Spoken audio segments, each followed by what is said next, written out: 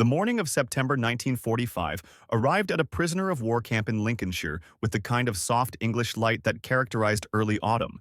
Golden sun breaking through morning mist, dew heavy on grass between the barracks, the air carrying the first hint of the chill that would define the coming months. The war in Europe had been over for 4 months, but approximately 800 German prisoners remained at the camp, waiting for the bureaucratic machinery of repatriation to process them through the slow journey home to a Germany that existed now only as occupied zones administered by victorious powers. These men had been prisoners for varying lengths, some captured in Normandy during the June invasion, others taken during the final collapse in April and May, a few even from earlier campaigns in North Africa or Italy. They worked on local farms during the day, contributed labor to Britain's reconstruction effort, and lived in the peculiar suspended state of men whose war had ended but whose freedom had not yet been restored. The camp kitchen, run by British Army personnel with assistance from German prisoners who had cooking experience, prepared meals according to regulations that specified minimum nutritional requirements for prisoners of war under Geneva Convention guidelines.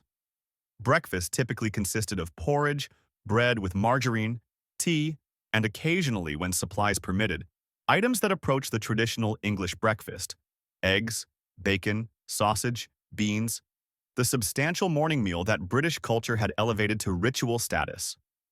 But supplies in September 1945 were constrained by rationing that affected British civilians more severely than during the war itself, by disrupted supply chains still recovering from 6 years of conflict, by the simple reality that feeding millions of displaced persons and prisoners across Europe strained resources that victory had not magically replenished. On this particular morning, the camp administration had received an unexpected delivery, a shipment of eggs and bacon intended for British troops, but redirected to the POW camp due to logistical confusion about unit movements and supply requirements. The camp quartermaster, a pragmatic sergeant major named Williams, who believed that feeding prisoners properly reduced problems and improved cooperation, decided to distribute this windfall to the prisoners rather than return it through bureaucratic channels that might see it wasted or spoiled. The order went to the kitchen. Prepare a proper English breakfast for the German prisoners, not as reward or celebration, but simply because resources existed and prisoners had to be fed with whatever was available. The German prisoners filed into the mess hall in the usual morning routine. 800 men moving in practiced efficiency through serving lines, receiving their meals on metal trays, finding seats at long wooden tables, eating with the focused attention that characterized men who had known hunger and did not take food for granted. But this morning, the routine broke down as prisoners reached the serving line and received not the expected porridge and bread, but eggs. 2 fried eggs per man, gleaming yellow and white on the metal trays, accompanied by strips of bacon still sizzling slightly from the pan, a slice of fried bread, beans and tomato sauce, and tea that was actually fresh rather than the weak, reheated brew that usually characterized camp meals. The silence that followed was profound. 800 German prisoners, most of whom had been eating minimal rations for months or years, stared at meals that exceeded anything they had seen since before the war. That represented abundance they had been taught did not exist in the rationing-restricted Britain of 1945. The contrast between expectation and reality was so stark that many simply stood holding their trays, unsure whether this was mistake or test or some incomprehensible shift in policy that no one had explained. One prisoner, a former corporal named Friedrich Weber, who had been captured near Falaise during the Normandy fighting, carried his tray to a table and sat staring at the eggs and bacon arranged before him. He was 26 years old, had spent 14 months in British captivity, had worked on farms where he saw British civilian families eating meals less substantial than what now sat before him. His experience of British treatment had been complicated. Guards who maintained discipline without cruelty, work that was hard but no harder than what British farm workers performed, living conditions that were basic but adequate. But nothing in his experience had prepared him for this. For receiving a meal that represented not minimum nutrition but genuine generosity, that suggested his captors saw him as something more than defeated enemy to be sustained at lowest acceptable cost. The symbolic object that defined this moment was the egg, that perfect oval of protein that required resources to produce, that represented agricultural abundance and supply chain efficiency. that could not be manufactured or substituted but had to come from actual chickens on actual farms. The egg was not military equipment or industrial output, but fundamental food, the kind of nourishment that sustained civilians and soldiers alike, that British people themselves received in restricted quantities under rationing regulations that persisted long after military necessity had ended. For 800 German prisoners to receive 2 eggs, each meant that someone had decided prisoners deserved treatment that approximated what British citizens received. That captivity did not mean deprivation beyond what general scarcity imposed on everyone. Weber picked up his fork and cut into one of the eggs, watching the yolk break and spread across the plate in a golden pool that mixed with the bacon grease and tomato sauce. He took a bite, the first real egg he had eaten in over a year. The taste rich and substantial in ways that prison rations never approached. He chewed slowly, processing not just the food but what it represented. What it meant that British authorities would provide this meal to German prisoners when British civilians stood in queues for their own rationed eggs. When the war's aftermath imposed hardships on victors as well as defeated. And then Friedrich Weber, sitting among his fellow prisoners in a British POW camp in September 1945, said 3 words that would be remembered and recounted decades later by those who heard them. 3 words that seemed to summarize something fundamental about his experience of British captivity and British character. They feed us. The statement hung in the air, deceptively simple but weighted with implications that required understanding of context to fully appreciate. Of course, they fed the prisoners. Geneva Convention required it. Military pragmatism demanded it. Basic humanity suggested it. But Weber's words carried meaning beyond simple acknowledgement of fact. His tone conveyed something else. Surprise, yes, but also a kind of cognitive adjustment. A reassessment of assumptions about how victors treated defeated enemies, about what British culture valued, and how it expressed those values even toward those who had recently wished Britain harm. The other prisoners at Weber's table absorbed his statement in silence, then one by one began eating their own meals with the same focused attention he had shown. Around the mess hall, similar scenes played out. German prisoners confronting meals that exceeded their expectations, processing what this generosity meant or didn't mean, eating with appreciation that went beyond simple hunger to recognition that they were being treated not as enemies to be punished, but as human beings entitled to basic dignity and, when resources permitted, to genuine nourishment. The British guards supervising the mess hall observed this reaction with expressions that mixed satisfaction with something more complex. Perhaps recognition that feeding former enemies properly was both practical necessity and moral statement, that how a nation treated those under its power revealed character that military victory alone could not demonstrate.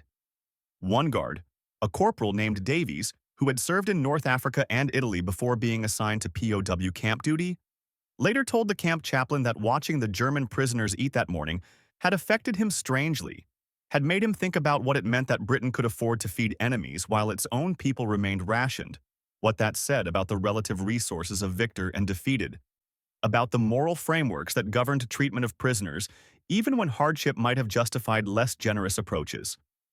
The practical reality behind that breakfast was more complicated than simple generosity. Britain in September 1945 was struggling economically, its treasure depleted by 6 years of total war, its labor force disrupted by demobilization, its industrial capacity turned toward rebuilding rather than production of consumer goods. Rationing for British civilians would continue until the 1950s, imposing restrictions on food, clothing, fuel, everything required for normal life. Yet somehow the system produced enough eggs and bacon to provide 800 German prisoners with substantial breakfasts, demonstrating either remarkable efficiency or priorities that valued proper treatment of prisoners, even when such treatment imposed costs. The German prisoners, eating their eggs and bacon in the Lincolnshire camp that September morning, could not know all these complexities. But they could observe the contrast between British treatment and what Nazi propaganda had taught them to expect. They had been told that British society was decadent and collapsing, that British military victory had been achieved only through American material support, that British people resented the war's costs and would demand harsh treatment of German prisoners as compensation for their suffering. Yet the reality of British captivity contradicted these predictions at every level. Guards who maintained discipline without brutality, work assignments that were demanding but fair, living conditions that were basic but adequate, and now meals that in their substance and quality suggested that British administrators took seriously their obligation to treat prisoners humanely, even when doing so imposed costs on a nation still recovering from existential conflict. Friedrich Weber's 3 words, "They feed us," became a story told and retold among the prisoners in the weeks that followed. The phrase took on various meanings depending on who recounted it and in what context. Some used it cynically, suggesting that British generosity was calculated to make prisoners compliant and cooperative, that feeding them well served British interests rather than reflecting genuine humanitarian concern.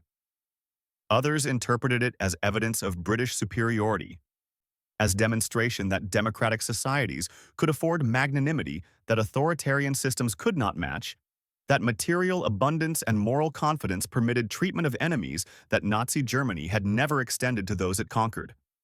But for many prisoners, Weber's statement resonated because it captured something more fundamental, the recognition that they were being treated as human beings rather than as categories, that British administrators saw them not as the enemy, in abstract, but as individual men who required food and shelter and basic dignity, regardless of what uniform they had worn or what nation they had served. This recognition was more subversive than any re-education program because it demonstrated through daily experience rather than through lectures that the society they had fought against operated from principles fundamentally different than what they had been taught. The transformation this experience worked on prisoners was gradual and subtle. They did not suddenly abandon German identity or embrace British values wholesale. But they did absorb evidence that contradicted Nazi propaganda about British weakness and moral bankruptcy. They learned that a nation struggling with its own food shortages would still feed prisoners adequately and sometimes generously. They discovered that British guards could be firm without being cruel, that rules could be enforced without brutality, that order could be maintained through professional competence rather than through fear. The eggs themselves, those simple ovals that had prompted Weber's observation, represented something larger than breakfast. They symbolized agricultural capacity, supply chain functionality, administrative decision-making that prioritized proper treatment of prisoners even when costs might have justified minimal compliance with Geneva Convention requirements. Each egg on each prisoner's plate testified to a system that worked, that functioned despite wartime damage and post-war disruption. That maintained standards because those standards reflected values that predated the war and would persist after prisoners were repatriated and camps were closed. In the months following that September breakfast, as prisoners gradually were processed through repatriation and returned to a Germany divided and occupied, many carried memories of British treatment that complicated their understanding of the war and its aftermath. They returned to cities destroyed by Allied bombing, to economies that barely functioned, to political systems that existed only under occupation authority. The contrast between devastated Germany and functioning Britain was stark and disturbing. It suggested that the war's outcome had not been accident or temporary setback, but rather reflection of fundamental differences in national capacity and social organization. Friedrich Weber, repatriated in December 1945, returned to a Hamburg that barely resembled the city he had left in 1943. His family's home was rubble. His father had died during the final months of the war. His mother had fled to relatives in the countryside. His younger brother was missing and presumed dead on the Eastern Front. The Germany he returned to was a nation that had lost everything: territory, sovereignty, dignity, hope. In this context of absolute devastation, his memories of British captivity took on significance beyond their immediate experience. He would tell his mother, when they eventually reunited, about the morning in September, when British authorities had fed 800 German prisoners eggs and bacon, about how he had sat staring at food that exceeded what he had seen in years, about the 3 words he had spoken that seemed to capture something essential about the difference between victor and defeated. His mother, who had survived the Hamburg firestorm and months of near starvation in the war's final year, listened to this story and wept. Not from grief, but from a kind of bitter recognition that the nation they had been taught was their enemy had treated her son with more humanity than their own government had shown to its people in the ideology's final desperate months. The story spread through the networks of returned prisoners, gaining details and variations as stories do, but always centered on that essential moment. 800 German prisoners receiving eggs and bacon. Friedrich Weber's three-word observation: the cognitive dissonance of being fed well by enemies while one's own people starved.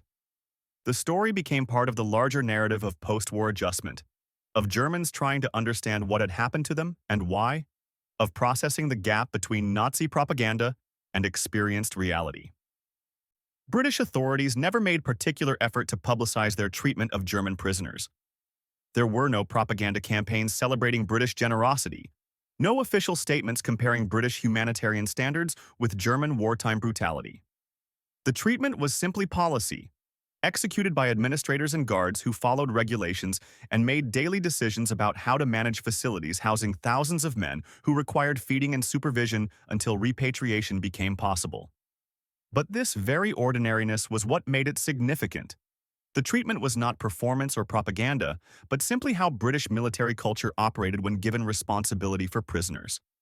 The deeper significance of Weber's three words lay in what they revealed about the relationship between material capacity and moral choice.